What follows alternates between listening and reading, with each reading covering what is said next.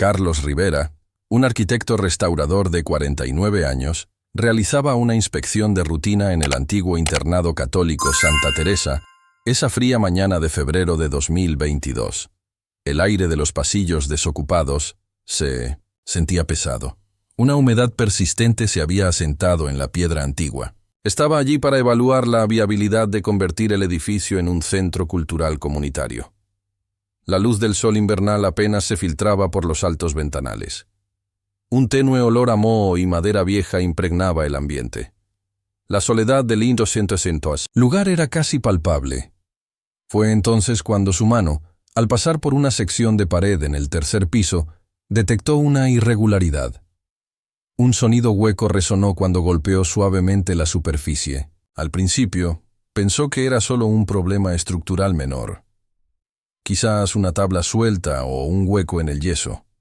Pero al examinar más de cerca, notó una línea sutil donde la pared de yeso no se alineaba perfectamente con el resto. Había una leve decoloración. Una diferencia de textura que solo un ojo entrenado podría discernir.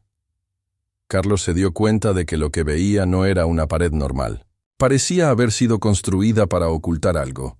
Una sensación de inquietud lo invadió lentamente.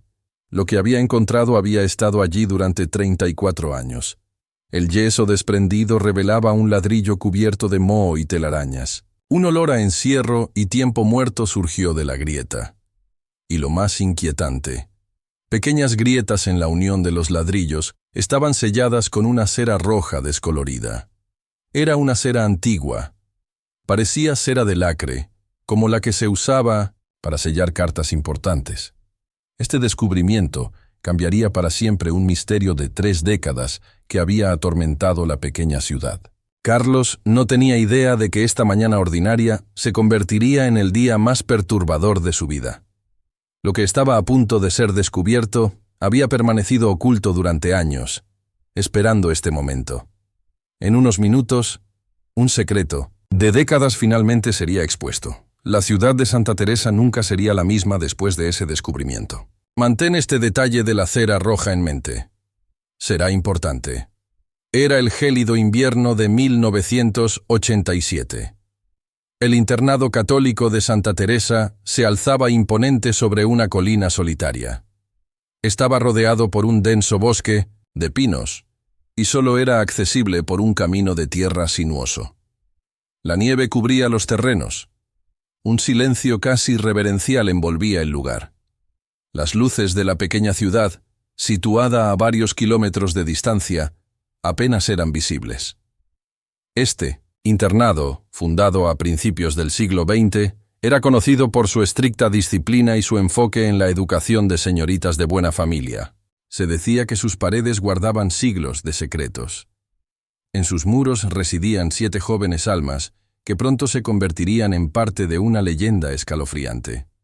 Sofía Vargas, de 16 años, y Elena Cisneros, de 15, provenían de familias adineradas de la capital.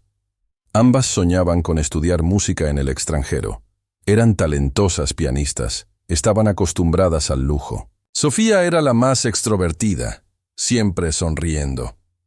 Elena era más reservada, pero poseía una inteligencia aguda. María José Pérez, Laura Gómez y Ana Sánchez, todas de 14 años, eran becarias de aldeas vecinas. Sus sueños eran más humildes. Esperaban una vida mejor gracias a la educación recibida. María José era la más aplicada, Laura la más dulce y Ana la más curiosa. Las últimas 2, Clara Delgado y Paula Rojas, de 13 años, eran residentes a cargo del propio rector, el padre Anselmo. Se decía que eran huérfanas bajo la protección del internado. Eran las más pequeñas. Sus días transcurrían con una rutina monótona pero predecible. Se levantaban al amanecer. Iban a la capilla todas las mañanas para la misa. Estudiaban piano por las tardes en las aulas de música. Confiaban sus miedos y sueños bajo la luz de la luna en el jardín interno. Un pequeño patio rodeado de arbustos, de rosas secas por el invierno. Eran inseparables. Compartían risas y secretos susurrados sobre sus futuros. Hablaban de sus familias, de sus anhelos. Sus futuros parecían tan prometedores. Ninguna de ellas sospechaba lo que les esperaba.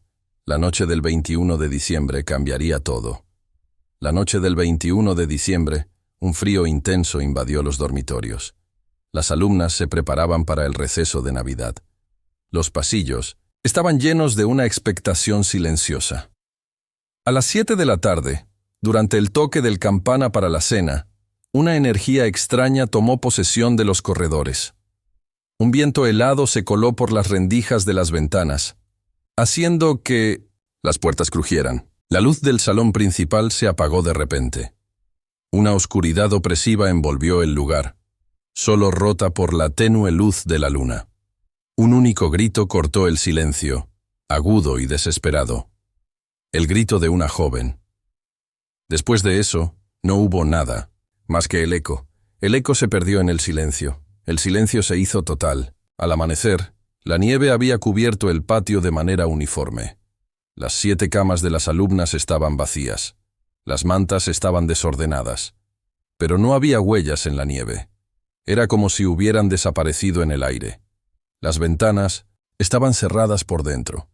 Solo fueron encontrados un pañuelo bordado con una inicial, un cuaderno de caligrafía con una flor prensada y un rosario roto sobre los colchones. Estos objetos eran los únicos testigos silenciosos de la noche. La policía local, liderada por un inexperto sargento, concluyó rápidamente que las jóvenes habían huido. Esta explicación era demasiado simple. Resultaba conveniente. Los rumores comenzaron a circular por la pequeña ciudad de Santa Teresa. Hablaban de rituales secretos. Mencionaban reuniones nocturnas del clero. Algunos susurraban sobre fantasmas que acechaban el internado. Otros hablaban de sacrificios. La gente tenía miedo. Los padres de las alumnas adineradas intentaron presionar a las autoridades, pero sus esfuerzos fueron en vano. El internado cerró sus puertas en 1988. Se convirtió en una leyenda, una historia de advertencia para los niños. Un misterio sin resolver. Lo que nadie sabía era que el peor de los horrores había ocurrido dentro de esas mismas paredes. Esto fue solo el principio de una verdad mucho más oscura. Los años pasaron implacablemente. Los murmullos sobre las 7 alumnas desaparecidas se desvanecieron lentamente. Se convirtieron en parte del folclore local. Una anécdota macabra que se contaba en las noches frías. Para las familias afectadas, sin embargo, el misterio continuó siendo una herida abierta. El tiempo no curó su dolor. La policía había cerrado el caso, archivándolo como una fuga colectiva. Las autoridades eclesiásticas habían guardado un silencio hermético. Ni una sola palabra de consuelo o explicación salió de sus bocas. Una densa capa de olvido cubrió la verdad. Parecía que el destino de las jóvenes nunca sería conocido. Pero lo que nadie sabía era que el internado de Santa Teresa guardaba un secreto mucho más oscuro, mucho más cruel. Las 7 alumnas no habían huido. Fueron tomadas, capturadas. La noche de su desaparición, el grito que se escuchó fue el de Sofía. Ella había visto demasiado. Había sido testigo de una reunión secreta en el sótano del internado. No era una reunión cualquiera. Era un encuentro entre el rector, el padre Anselmo y otros altos miembros del clero. Había también figuras políticas y de negocios. Estaban discutiendo una transacción ilegal de artefactos religiosos de gran valor, reliquias históricas que debían estar en el Vaticano. El padre Anselmo era un hombre ambicioso, codicioso. Su piedad era una fachada, una máscara para sus oscuros negocios. Él estaba involucrado en un esquema para vender reliquias sagradas en el mercado negro internacional. Los beneficios eran inmensos. Podrían asegurar su futuro. El futuro de otros. Sofía, junto con sus compañeras, había sido descubierta accidentalmente. Elena, María José, Laura, Ana, Clara y Paula estaban con ella. Se habían aventurado a explorar un pasadizo secreto. Lo habían encontrado detrás de una biblioteca falsa en el segundo piso. Era un compartimento oculto detrás de una estantería de libros viejos. Este pasadizo las llevó al sótano. Allí presenciaron la conversación. Escucharon los planes, los nombres de las personas involucradas. El padre Anselmo no podía permitir que el secreto saliera a la luz. La reputación del internado, su propia posición en la jerarquía eclesiástica, la de sus cómplices. Todo estaba en juego. Las jóvenes fueron sometidas. Fueron tomadas por los hombres de mantenimiento del internado. Hombres leales al padre Anselmo. Eran pocos, pero eficaces. Fueron llevadas a un área oculta del internado. Un pasillo que pocos conocían. Estaba detrás de una pared, falsa en el tercer piso. Era un lugar sombrío, un lugar utilizado en el pasado como una especie de reclusión para alumnas rebeldes, un espacio para que las estudiantes se purificaran. El padre Anselmo, con la ayuda de sus cómplices, selló la entrada. Utilizó yeso fresco, ladrillos, y la cera roja para las uniones como un sello de silencio. Quería que pareciera que el lugar había sido abandonado durante décadas. Quería borrar todo rastro. Dentro del pasillo sellado, las jóvenes vivieron una existencia sombría. Al principio, la desesperación las invadió. Pensaron que morirían de hambre o sed, que su final había llegado. Pero el padre Anselmo no quería sus muertes en su conciencia. No directamente. Las mantenía con vida. Les proporcionaba comida y agua de manera irregular. Una vez al día.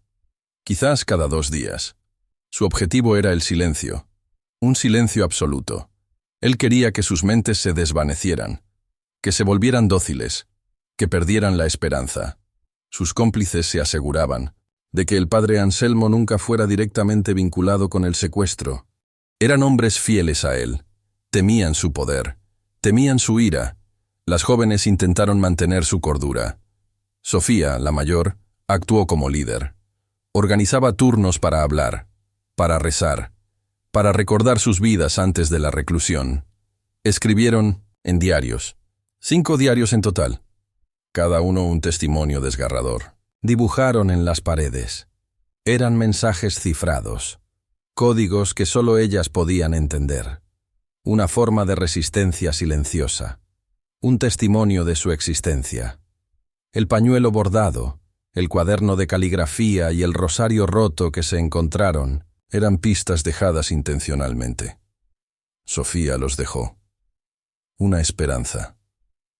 Una tenue luz en la oscuridad. Ella sabía que alguien podría buscar. El padre Anselmo supervisaba la situación con una frialdad calculada. Él creía que las jóvenes, con el tiempo, se resignarían a su destino, o que su memoria se desvanecería, que el tiempo las borraría. Su objetivo era mantener el secreto a toda costa. La verdad era demasiado peligrosa. Podría destruir, no solo su carrera eclesiástica, sino la reputación de toda la orden. La institución. Era un hombre poderoso. Su influencia se extendía más allá de las paredes del internado. Compró el silencio de algunos oficiales de policía. Amenazó a cientos otros. La verdad permaneció sepultada bajo una capa de mentiras y miedo. El tiempo era su aliado. La verdad, sin embargo, tenía una forma de abrirse paso. Una forma implacable. Años después, emergería de la forma más inesperada, a través de la mano de un hombre atormentado. El padre Ricardo, un sacerdote anciano, de 92 años, había sido el confesor del padre Anselmo durante décadas. Un hombre de fe sincera, un hombre de conciencia. Él había sido testigo de la ambición y la crueldad de Anselmo. Había escuchado sus confesiones, secretos oscuros, incluida la desaparición de las 7 alumnas. Había llevado esa carga durante muchos años, una carga pesada que le había quitado el sueño, que le había robado la paz. El padre Ricardo había vivido con un remordimiento creciente. La culpa lo carcomía. La noche en que las alumnas desaparecieron, él estaba en el internado. Había escuchado el grito. Había visto la prisa de Anselmo por sellar el pasillo. Él sabía la verdad. Sabía lo que había sucedido. Pero el miedo lo había paralizado.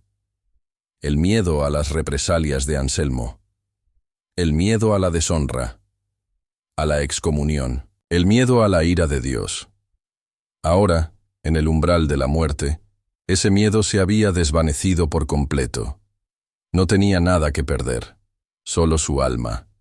En su lecho de muerte, en una pequeña clínica de reposo a las afueras de la capital, el padre Ricardo llamó a una de las pocas personas en las que aún confiaba, la hermana Agnes, una monja de 78 años. Ella había sido una alumna en Santa Teresa años antes de la desaparición de las jóvenes. Era una mujer de profunda fe, una mujer de gran integridad. Siempre había sospechado del padre Anselmo. Él le dijo que tenía un secreto que debía ser revelado antes de que él pudiera descansar en paz. La hermana Agnes se sentó a su lado. Escuchó con atención cada palabra. El padre Ricardo le reveló la verdad. Con voz, débil pero firme, contó la historia del pasillo sellado, de las niñas cautivas, de la codicia del padre Anselmo. Le dio detalles que solo alguien presente en ese momento podría saber. La forma en que las niñas fueron capturadas, el método utilizado para sellar el pasillo. La hermana Agnes escuchó en silencio, sus manos entrelazadas en oración. Su rostro se puso pálido. No podía creer lo que oía. Había escuchado los rumores. Siempre había sentido que algo no estaba bien, pero esto era mucho peor de lo que jamás había imaginado. El padre Ricardo le entregó un pequeño medallón. Era un medallón de plata. Estaba grabado con las iniciales de una de las alumnas, E.C., Elena Cisneros. Ella había sido una de sus alumnas favoritas. Él había guardado el medallón. Lo había conservado como un recordatorio de su silencio, como un peso en su alma. Este medallón era la prueba, la clave. Le dijo a la hermana Agnes dónde encontrar el pasillo. Le imploró que buscara, que revelara la verdad. Las familias merecían saber lo que realmente había sucedido. No podía morir sin decir la verdad. Su último aliento fue un susurro de perdón. La hermana Agnes sintió una mezcla de horror y una inquebrantable determinación. La revelación fue abrumadora. Sin embargo, su fe no flaqueó. Solo se fortaleció con cada palabra. Se dio cuenta de que esta era su misión, su propósito. Ella era la última esperanza para estas jóvenes. La verdad había estado allí todo el tiempo, esperando ser descubierta. Ella sabía que su tarea sería difícil. El padre Anselmo aún tenía influencia, o lo había tenido. Pero ella no tenía miedo. La verdad debía salir a la luz. La verdad debía ser contada. Cueste lo que cueste. Sección 4. La revelación impactante armada con la confesión del padre Ricardo y el medallón de Elena. La hermana Agnes se dirigió al antiguo internado de Santa Teresa. El edificio estaba en ruinas. El tiempo lo había reclamado. Pero la hermana Agnes sabía exactamente dónde buscar. Fue directamente al tercer piso. Caminó por los pasillos, polvorientos. El crujido de sus pasos resonaba en el silencio. Los recuerdos de su juventud se mezclaban con la carga de la verdad que ahora portaba. Se detuvo frente a la pared. La misma pared que Carlos Rivera había descubierto meses antes. La hermana Agnes había llamado a Carlos. Ella le había contado una historia críptica. Él había dudado al principio, pero su insistencia, la seriedad en su voz, lo habían convencido de regresar, de investigar. Carlos y su equipo ya habían quitado parte del yeso. Habían expuesto los ladrillos. El equipo de Carlos había estado trabajando con cautela. Habían notado la cera roja en las uniones. Una cera que no correspondía a ningún método de construcción, conocido en el internado. Habían sentido la extrañeza del lugar. La hermana Agnes les instó a continuar, a romper la pared. Ella estaba segura de lo que encontrarían. Con cada golpe de martillo, la tensión aumentaba en el aire. El sonido resonaba en el vacío. La pared cedió, revelando un corredor oscuro y polvoriento. Un hedor a humedad y encierro emanaba del interior. Un olor que helaba la sangre. Dentro del pasillo la escena era desoladora. Había 5 diarios cubiertos de cuero apilados en un rincón, sus páginas amarillentas por el tiempo.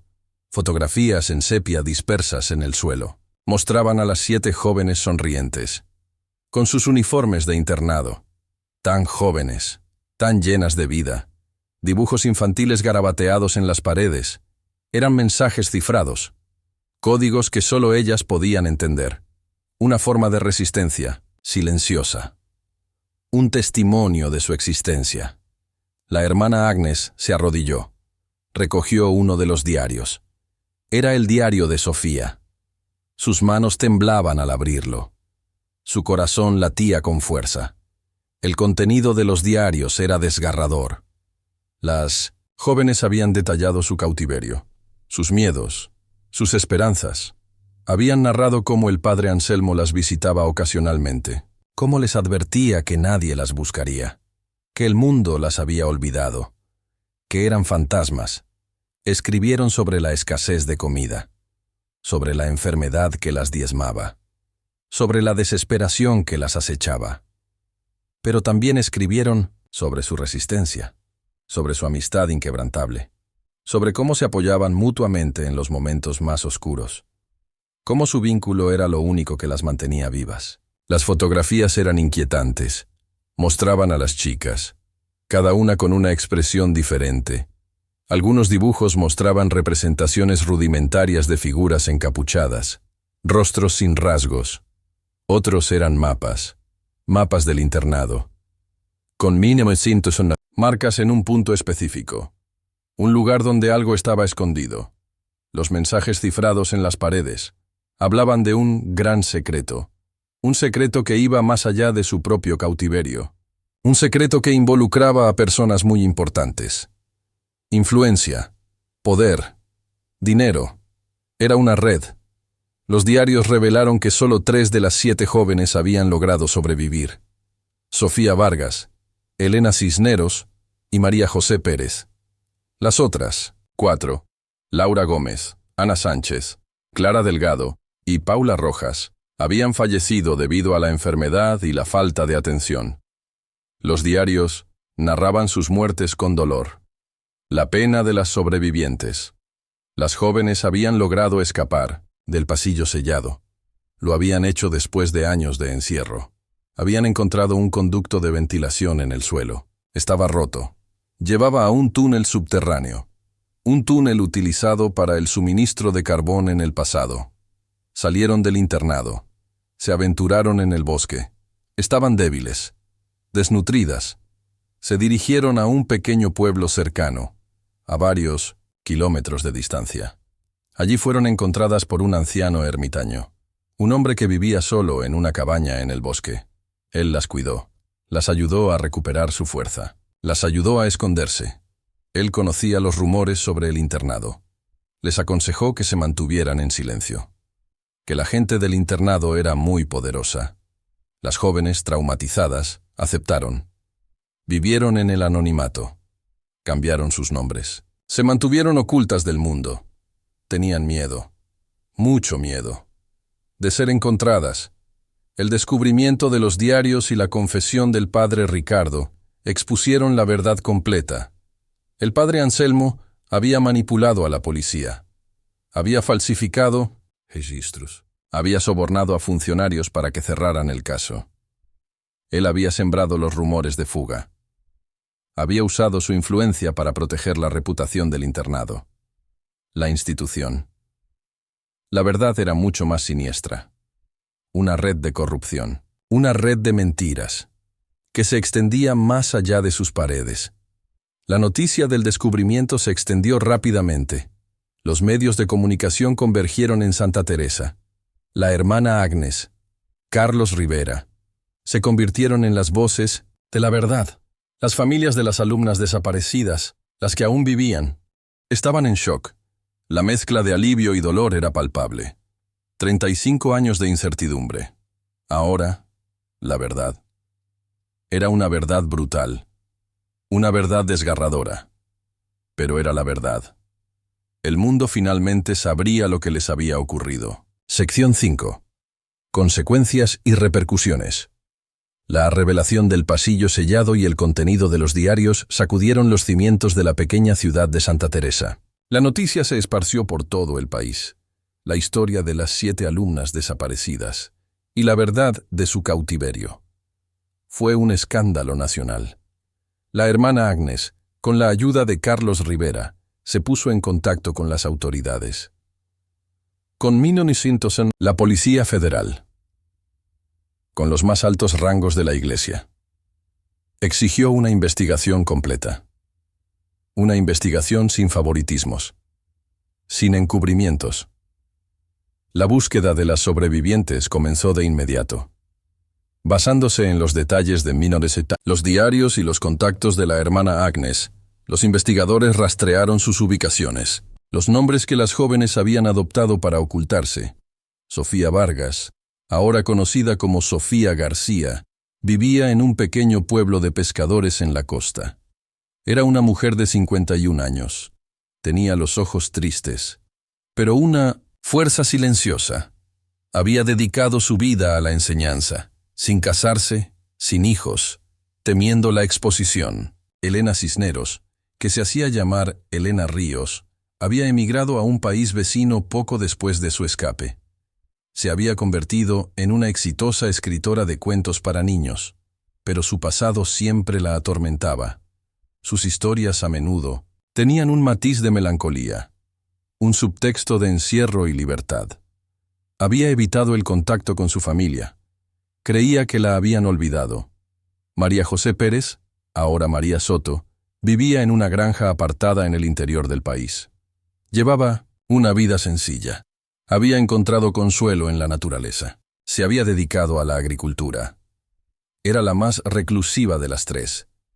Había evitado la civilización, el ruido, la gente, temiendo ser reconocida, siempre mirando por encima del hombro.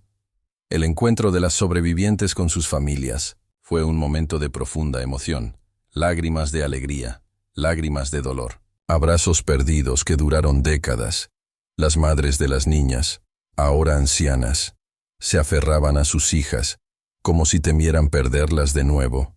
Habían pasado décadas, décadas de sufrimiento, de preguntas sin respuesta. Ahora, la verdad, era una verdad brutal, una verdad desgarradora, pero era la verdad. Y con ella llegó un tipo de paz. El padre Anselmo, ahora un hombre de 87 años, vivía en una residencia de ancianos con demencia avanzada, con poca memoria. Cuando los investigadores llegaron a interrogarlo, no recordaba mucho, o fingía no recordar. Su poder se había desvanecido hace mucho tiempo. Los cómplices del padre Anselmo, los que lo ayudaron a sellar el pasillo, habían fallecido. O habían desaparecido sin dejar rastro. La justicia, en cierto sentido, se hizo tarde. Muy tarde. Pero finalmente llegó. Lentamente. El internado de Santa Teresa fue objeto de una investigación exhaustiva. Se descubrieron registros, falsificados, documentos que ocultaban la verdad, un historial de maltrato a alumnas rebeldes. La orden religiosa a la que pertenecía el padre Anselmo emitió una disculpa pública sin precedentes. Prometió una reparación económica a las familias afectadas y una profunda revisión de sus prácticas internas, buscando evitar futuros encubrimientos. La comunidad de Santa Teresa, que durante años había vivido con la sombra del misterio, experimentó una mezcla de tristeza y alivio. Finalmente podían llorar a las niñas que habían perdido y celebrar a las que habían sobrevivido. La carga se había levantado. El legado del internado se transformó, de un lugar de leyenda oscura. Se convirtió en un monumento a la resiliencia humana, un recordatorio de la importancia de la verdad. La historia de las 7 alumnas se convirtió en una lección sobre la corrupción del poder, sobre la influencia de las instituciones y sobre el valor de aquellos que se atreven a buscar la verdad. Los diarios de las niñas fueron donados a un museo, exhibidos como un testimonio, un recordatorio. Las vidas de Sofía, Elena y María José nunca volvieron a ser las mismas. El pasado las había marcado profundamente. Llevaban cicatrices invisibles, pero encontraron fuerza en su reunión, en su historia compartida. Se apoyaron mutuamente, intentaron sanar, reconstruir sus vidas fragmentadas. Se convirtieron en defensoras de la verdad. Viajaron juntas, contaron su historia, para que nadie más sufriera lo que ellas. El internado de Santa Teresa fue demolido por completo. En su lugar se construyó un jardín conmemorativo, un lugar de paz y reflexión. 7 rosales, uno por cada alumna. Florecieron allí cada primavera. Sus pétalos recordaban la belleza y la fragilidad de la vida. Una pequeña placa de bronce, a la entrada del jardín, enumeraba los nombres de las 7 jóvenes, como un recordatorio de su presencia, de su historia. La historia de las 7 alumnas se convirtió en un faro de esperanza, un testamento a la tenacidad del espíritu humano, un recordatorio de que, incluso en la oscuridad más profunda, la verdad puede encontrar un camino para salir a la luz. La resiliencia, la fe inquebrantable, el amor fraternal. Estas eran las fuerzas que habían sostenido a las jóvenes en su cautiverio. Y estas eran las fuerzas que finalmente revelaron su destino. El caso de las alumnas de Santa Teresa sigue, siendo un recordatorio de que los secretos, por muy bien guardados que estén, tienen un modo de ser revelados, y que la justicia, aunque a veces tarde, siempre encuentra su camino.